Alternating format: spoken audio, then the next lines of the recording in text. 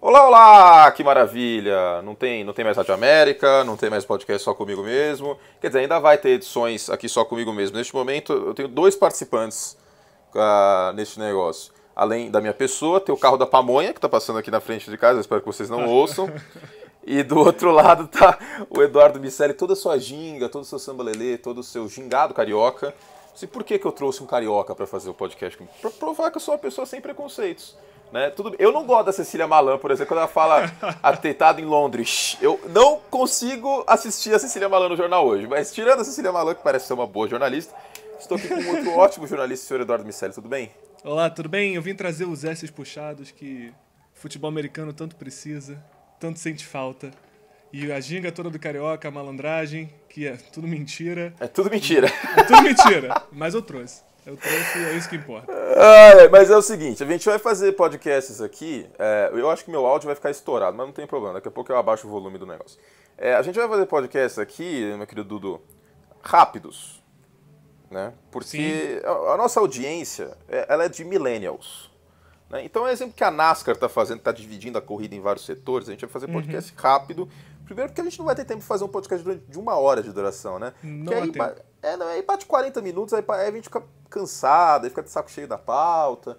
Então, E erra mais, né? Começa a falar coisa errada, começa a falar besteira, não, mas se equivoca. Se você falar coisa errada, eu vou deixar na edição. Esse podcast vai ser como se fosse ao vivo. Não haverá edição. Edição, não há. É assim que vai funcionar. Porque editar também dá muito trabalho. Trilha sonora, não há. Apenas porque a sua voz é uma bela voz. Ah, obrigado, Antônio. A sua também é um espetáculo. Inclusive, o teste de gravação que você fez mais cedo foi bonito, foi poético, né? Porque você simulou uma ligação da NET. Eu passei 40 minutos falando com a NET hoje. Tudo bem que eu me senti o Donald Trump, porque eu consegui um ótimo negócio com a NET. Então, se você está ouvindo e você quer mudar o seu plano de TV, é simples. Liga na sua operadora e ameaça que você vai trocar de operadora. Fala assim, fulano de tal me ligou aqui, e aí eles ofereceram tal coisa. É o puro Art of the Deal. Eu li o Art of the Deal do Trump? Não li. Mas eu sou um ótimo negociante.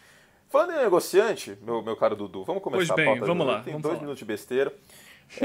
Mas acho que a gente pode falar besteira também no final do programa, claro. Porque você é um entusiasta da cultura pop. Pô, eu adoro cultura pop, eu vivo pela cultura pop. Então, você é um entusiasta da cultura pop, eu tenho que colocar Game of Thrones em dia. A gente pode fazer um segmento Game of Thrones no podcast, inclusive, no off-season. Não me bota nessa não, que eu sou meio xiita com os livros. Aí vai ficar ruim, vai pegar mal, vai achar que eu sou chato. Eu sou bastante. Não, mas precisa de personalidade. Se você for chato é bom. Porque o que falta nas pessoas é o samba-lelê, entendeu? Eu quero personalidade. Certeza. Eu chamei você porque eu quero personalidade. Você é um homem que não tem medo de odiar o Kaepernick. Não tenho medo. Entendeu? Inclusive é um bonde que eu entrei nesse bonde faz um bom tempo já. Nós estamos juntos nesse bonde. Tô calejado já. Mas eu sou um bonde diferente, porque eu tenho opiniões diferentes do Kaepernick para titular e para reserva. Eu também. Você também tem? Então vamos começar falando sobre Colin Kaepernick. A notícia da semana é que o nosso querido Colin, ele deu um rolê lá na terra do Starbucks, né? Do Nirvana, do Starbucks, da chuva, da Space Needle, da Echo não, da World Fair 62. Acho que deve ser World Fair 62. E aí ele visitou. O que seria uma visita, Eduardo Miceli? Eu acho que... É o primeiro encontro? É o primeiro encontro para ver se tem aquela química, se o quarterback tem o interesse de jogar pela equipe. Ele provavelmente tem o interesse de jogar na NFL, é óbvio, ele não quer ficar jogado para escanteio. Eu acho que desempregado ele não tá muito afim de ficar, né? Porque ele tá gastando uma grana violenta aí em projetos sociais e tal, então ele precisa de um fluxo de caixa. Das equipes, eu acho que o Seattle é um dos melhores encaixes pro Kaepernick, né? Porque o Russell Wilson gosta, ter a mobilidade é muito importante, e o Kaepernick, bem ou mal, resolve com as pernas, né? É a primeira coisa que a gente lembra. Aliás, o que é aquele negócio que falam da Copa do Mundo que o Bernard tem a alegria das pernas? Você sabe? Cara, o Bernard, que tristeza, né? Ele foi titular contra a Alemanha. Isso rolou, isso aconteceu. E ele não teve alegria nenhuma. Mas da onde veio a expressão alegria nas pernas? Eu acho que ele isso driblava. Mas isso foi dito por alguém pra justificar? Dito. Eu não lembro por quem. Eu acho que o Filipão mesmo falou, foi o Parreira. O Parreira que inventou aquela carta da Dona Lúcia, maravilhosa. Mas logo menos vai ter... E você sabe que criaram um perfil no Twitter, Dona Lúcia, Mentira. Criaram na época. E o perfil Dona Lúcia, ele interage sempre comigo no Twitter. É um perfil fã de futebol americano. Então, se o perfil da Dona Lúcia, que não é a Dona Lúcia da carta, que todo mundo sabe que não existe, né? Que é o Carlos Alberto Parreira. No é o próprio Parreira, é um fake do Parreira, só que de carta mesmo, né? Exatamente. E aí é isso. Basicamente, o Colin Kaepernick colou lá em Seattle, aí teve um primeiro encontro. E esse negócio de primeiro encontro é importante, né, cara? Eu já tive alguns primeiros encontros na minha vida que não deram muito certo. Que aí não rola aquela química, né, cara? Não tem jeito. E às vezes você vai no encontro, teve uma história bem particular. Não, pode contar. Esse é o podcast da família brasileira. Pode falar palavrão, pode falar o que você quiser. O primeiro encontro foi no cinema, só que o filme que eu ia ver estava esgotado. E aí a gente foi ver um filme chamado Um Crime Americano. Você já viu esse filme? Nunca assisti. É um filme que uma adolescente acaba sequestrada pela própria família adotiva e é torturada com guimba de cigarro queimado no braço. Fim do encontro antes de começar. Ótimo filme pra você assistir no primeiro encontro. Parabéns pela escolha. Então as coisas podem dar muito errado no primeiro encontro e vamos ver se isso deu com o Kaepernick e com o Seattle Seahawks. É complicado. É o bom do cinema com o primeiro encontro é porque quem vai no primeiro encontro no cinema é pra dar beijo na boca, né? No caso, seria isso. Mas um filme que vem com esse clima, com essa proposta, não tem jeito. Não dá. Realmente não dá. Mas a gente não sabe se o Colin colou lá em Seattle e virou um filminho, como que foi o rolê. Mas o importante é que existe uma proposta, pelo menos, né? Porque ele pulou fora de São Francisco.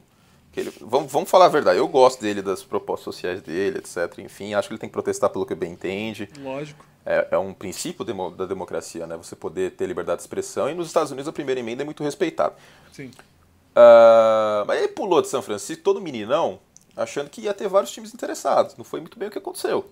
Não, de jeito nenhum. Foi o contrário, né? Foi o contrário. Ele parece que é radioativo para alguns times. E realmente para alguns times deve ser.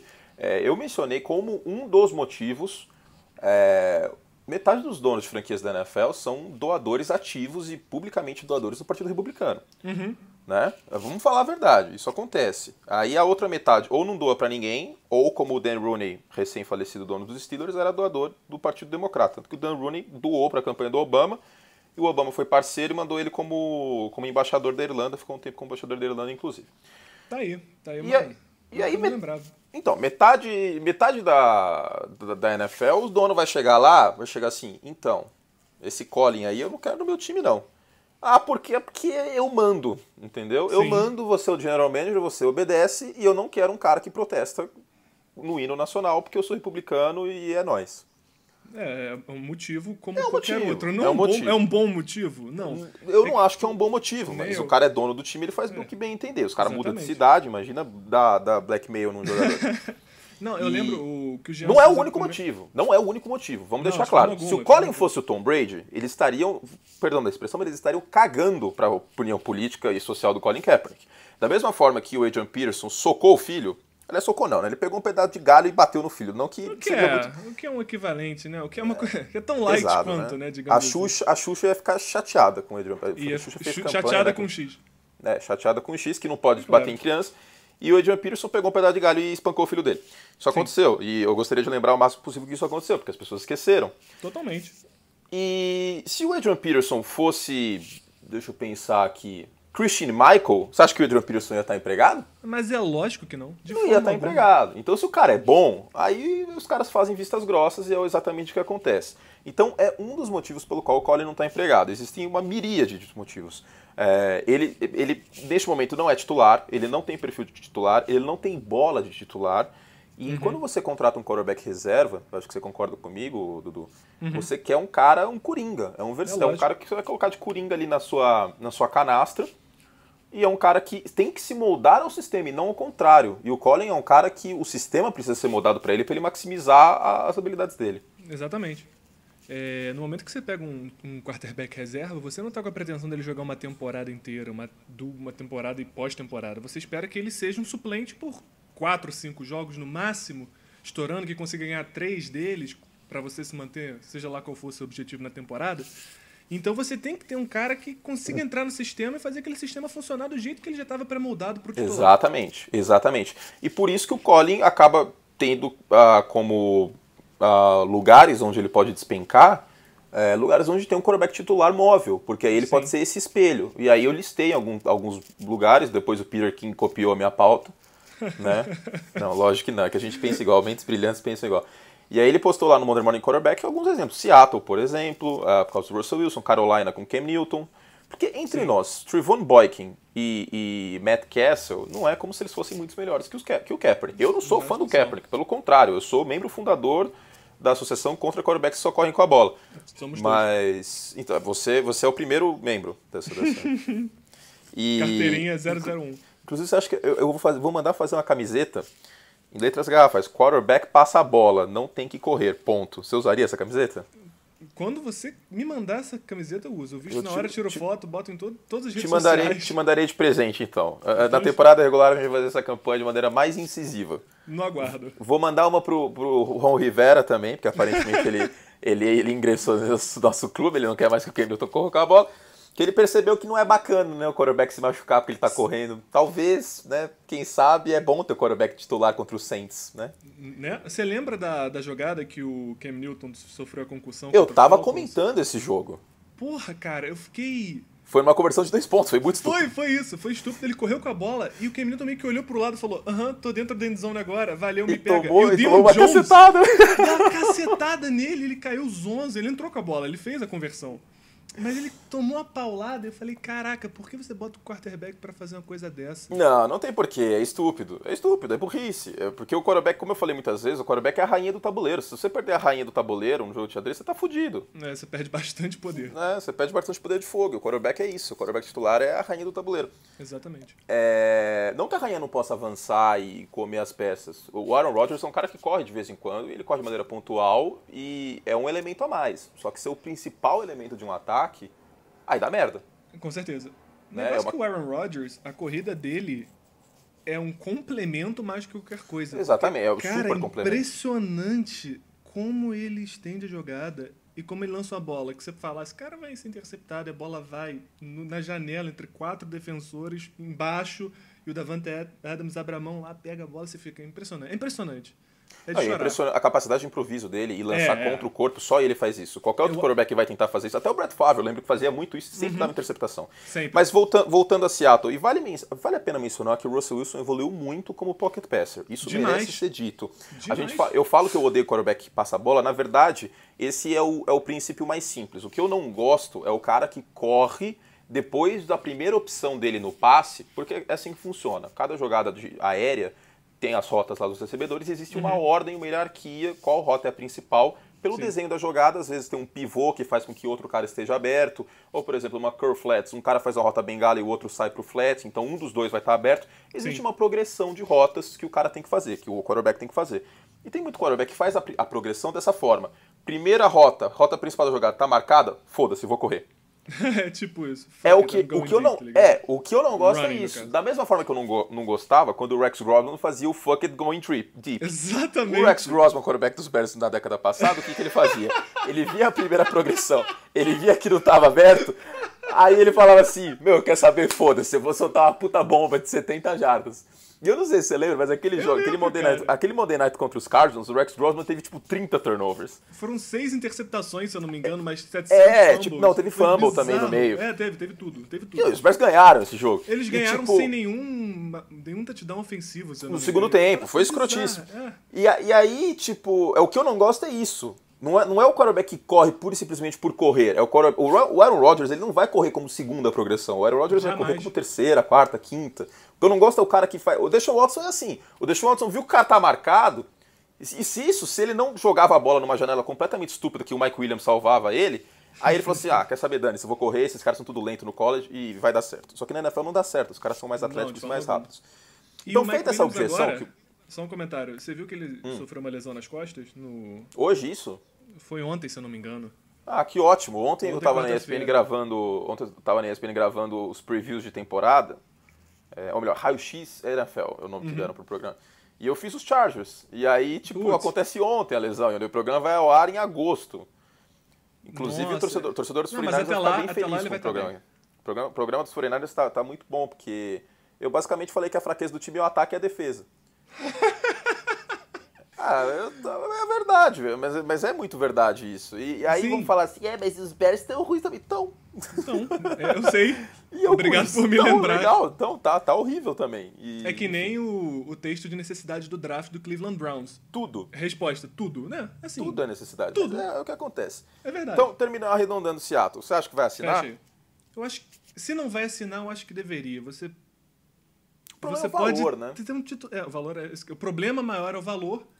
E como o Jean Souza fala isso, o escritor também lá do Pro Football, redator e, enfim, sabe tudo do futebol americano, ele falou, cara, quando o Tim Tebow foi pra Filadélfia, o circo midiático atrás quase não compensa ter um cara lá, por mais que ele tenha um upside bom. E isso também eu queria comentar mais cedo, que acaba sendo uma criptonita pro Colin Kaepernick, além dos fatores políticos e do protesto, do quesito das doações republicanas. Ó, diz o site Spotrac.com, que é uma das fontes de teto salarial, que neste momento o Seattle Seahawks, para os 51 principais jogadores, tem 9 milhões de cap disponível. Tá né? apertado. Tá apertado, 9 milhões é apertado. E lembrando, o Richard Sherman neste ano e no próximo, ele conta em 10 milhões, mais ou menos. É verdade. Isso aí vai dar merda no que vem. Com certeza. Vai dar merda. A janela lá tá fechando. E outro que vai dar merda logo menos, que torcedor mais xiita vai ficar de mimimi, é o senhor Jimmy Graham, que é o Restricted Free Agent do ano que vem. Ele conta em 10 milhões de hit neste ano e os Seahawks não vão renovar com ele. Você ouviu o primeiro aqui. Mas é isso. O Kaepernick tem que ganhar no máximo 2 milhões. Sim. É o mínimo pra ele. Só um segundo que eu acho que meu cachorro vai latir, hein? Eu acho que tem Não, pode deixar. Pode deixar um podcast com o Samba Lelê. Bom saber.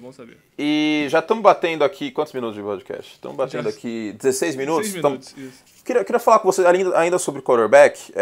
Brock Osweiler. O nosso querido cosplay de pó. Você viu as declarações que ele deu aí ontem?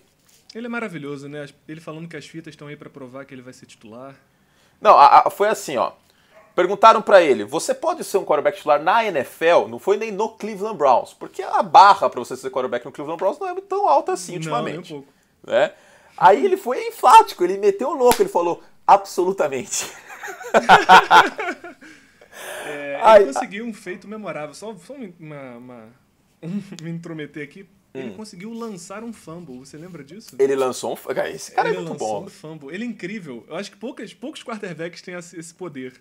O que eu sempre achei de mais legal no Brock Osweiler é que as três principais virtudes dele são as seguintes.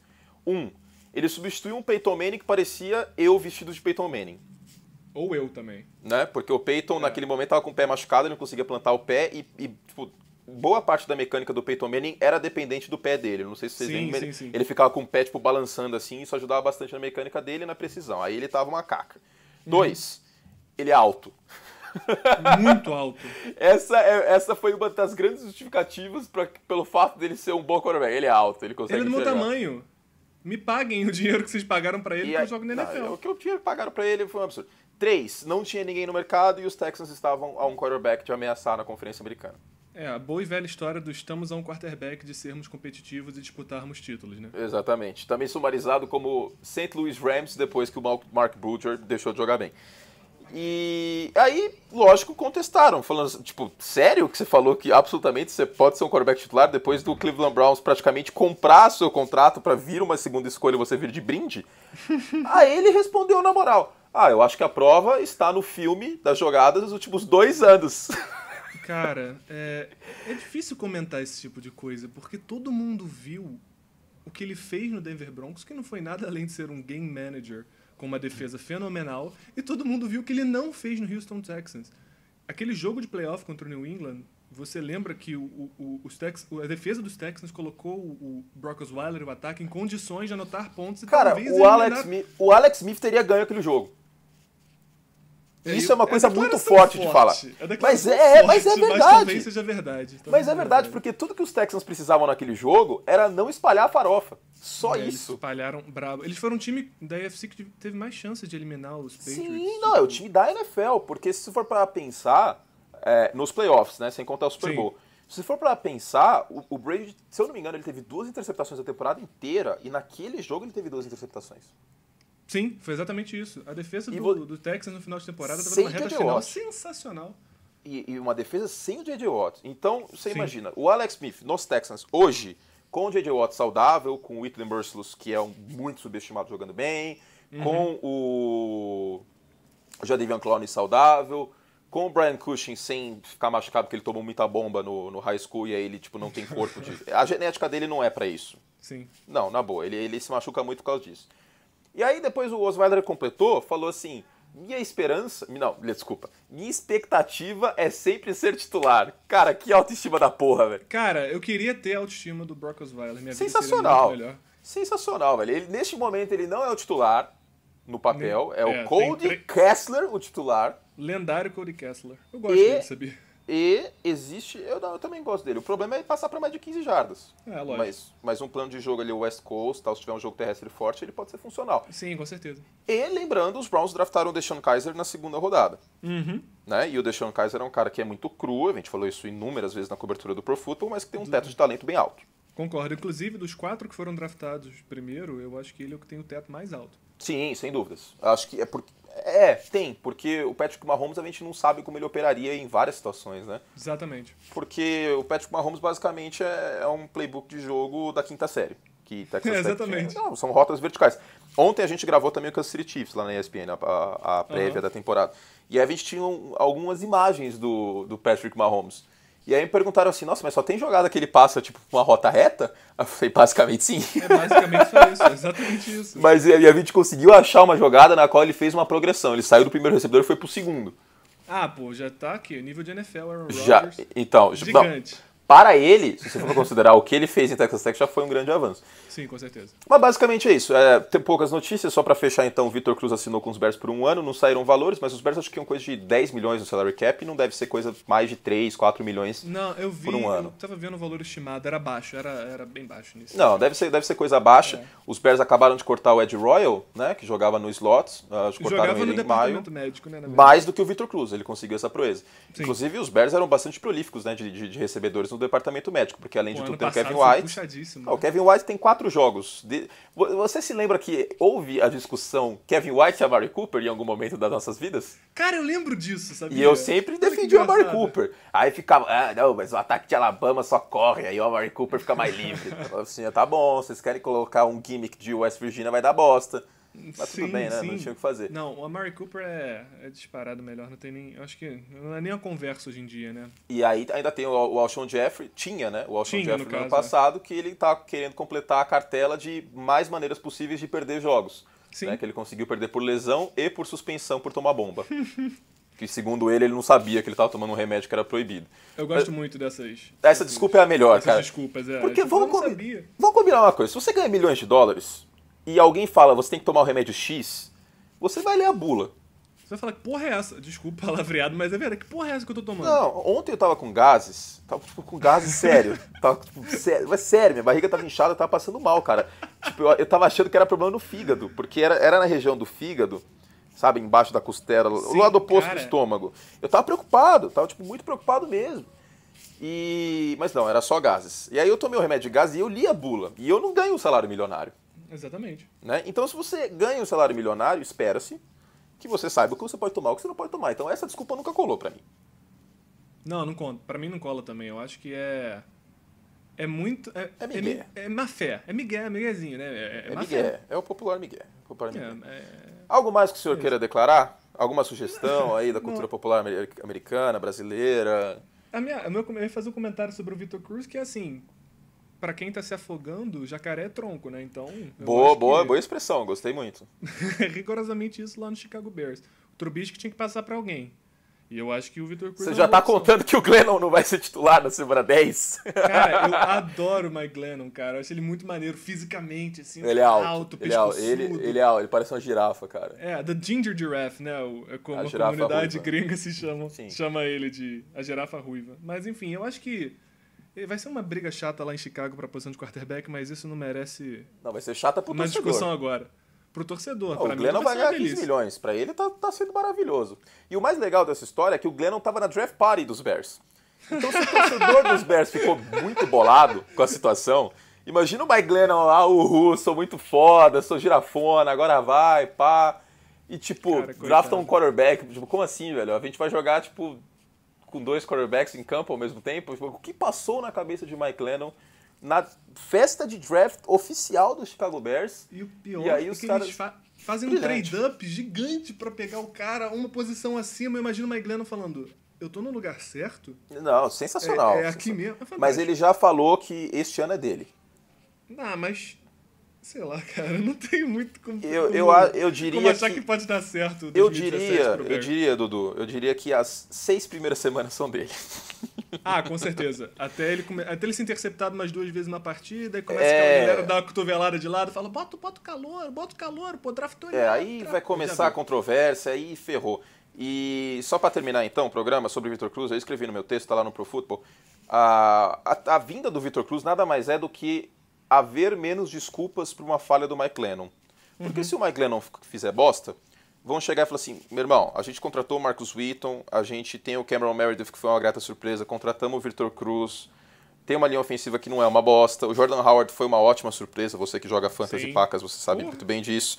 Você não tinha desculpa, Mike Lennon, me desculpe, mas você vai pro banco e a gente vai colocar esse calor aí para ver o que vira, entendeu? Tem um quê, já que tá 10 milhões parado lá e, tipo, nessa altura do campeonato, é o que você falou, já tá afogando, o jacaré vira galho, vira a porta do Titanic.